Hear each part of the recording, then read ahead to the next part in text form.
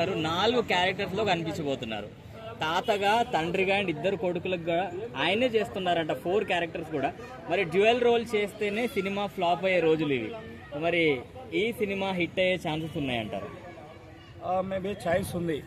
ఎందుకంటే ఇప్పటివరకు మనం డ్యూయల్ రోల్ పాత్రలు, ట్రిపుల్ రోల్ పాత్రలు ఇలాంటివన్నీ చూసినాం. లవకుశలో ట్రిపుల్ రోల్ చూసాం.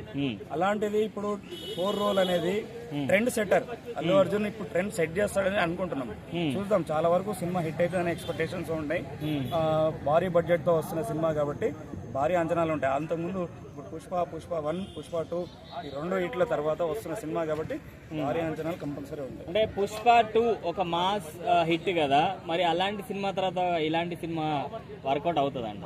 కంపల్సరీ, ఎందుకు కాదని అనుకుంటాం. ఇప్పుడు 4 క్యారెక్టర్లు చేస్తున్నాడు.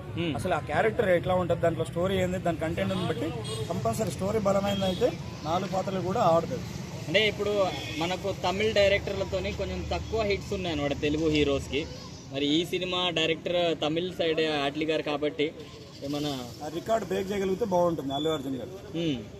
ఎక్స్పెక్ట్ చేస్తున్నాం. సూపర్.